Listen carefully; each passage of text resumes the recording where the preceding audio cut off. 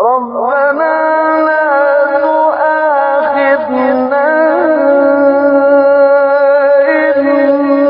نسينا أو أخطأنا ربنا ولا تحمل علينا إصرا